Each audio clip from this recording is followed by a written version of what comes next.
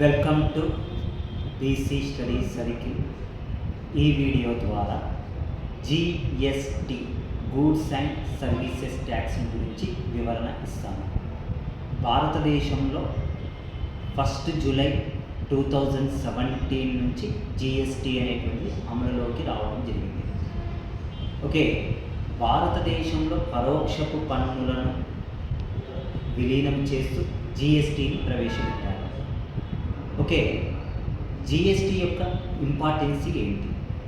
భారతదేశంలో నుండి పరోక్షపు పన్నుల ద్వారా ప్రతి ఒక్క దశల్లో పన్ను భారం పడింది. ఉదాహరణకు, ఒక వస్తువును ఉత్పత్తి చేసినందుకు, తయారు చేసినందుకు ఉత్పత్తి సుంకం అని, అది సర్వీసెస్ చేసిందని చెప్పి సేవా పన్ను అని, సేల్స్ చేసిందని చెప్పి అమ్మకపు పన్ను అని, ఒక్కొక్క దశలో ఒక్కొక్క రకమైనటువంటి పన్నును విధించేటువంటి వారు.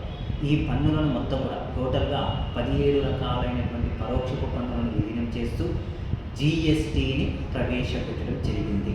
మరింత సమాచారం మరొక వీడియోలో వివరణ ఇస్తాను.